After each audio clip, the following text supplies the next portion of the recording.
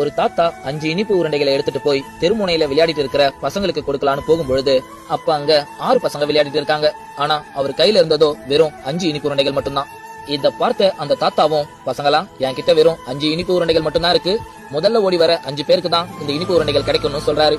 இத கேட்ட அந்த 6 பசங்களும் வேகமா ஓடி வராங்க. முதல்ல ஓடி வந்த அந்த 5 பசங்களும் தாத்தா கிட்ட இருந்த இனிப்பு உருண்டைகளை எடுத்து சாப்பிடுறாங்க.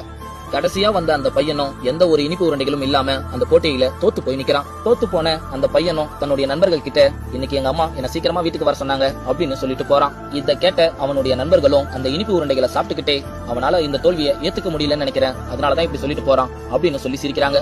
இத கேட்ட அந்த தாத்தாவும், இல்ல நீங்க தப்பா புரிஞ்சுட்டு இருக்கீங்க, உங்களுடைய நண்பர்கள் கூட்டத்திலேயே அவன் தான் இருக்கிறதுலயே வேகமா ஓடுவான், இருந்தும் அவன் இந்த போட்டியில தோத்திருக்கானா தன்னுடைய நண்பர்கள் எல்லாருக்கும் அந்த இனிப்பு உருண்டைகள் கிடைக்கணும்ன்றதுக்காக தான் இருக்கும். அப்ப அதுல ஒரு பொண்ணு கேக்குது, தாத்தா விட்டு கொடுக்கறதும் ஒரு வகையில தோக்கறதுக்கு தானே சமம் அப்படின்னு கேக்குது. இத கேட்ட அந்த தாத்தாவும், இல்ல நீங்க தப்பா புரிஞ்சிருக்கீங்க, விட்டு கொடுக்கறதுன்றது ஜெயிக்கிறதை விட ரொம்ப பெரிய விஷயம், அது எல்லாராலையும் பண்ணிட முடியாது, எல்லாராலையும் ஜெயிக்கவும் முடியும் தோக்கவும் முடியும், ஆனா எல்லாராலையும் எல்லாம் விட்டு கொடுக்கலாம் முடியாது, ஏன்னா விட்டு கொடுக்கறதுக்குன்னு தனி மனசு வேணும். இந்த மாதிரி ஒரு நண்பன் கிடைக்க நீங்க எல்லாரும் ரொம்ப கொடுத்து வச்சிருக்கணும் அப்படின்னு சொல்லிட்டு போறாரு. இந்த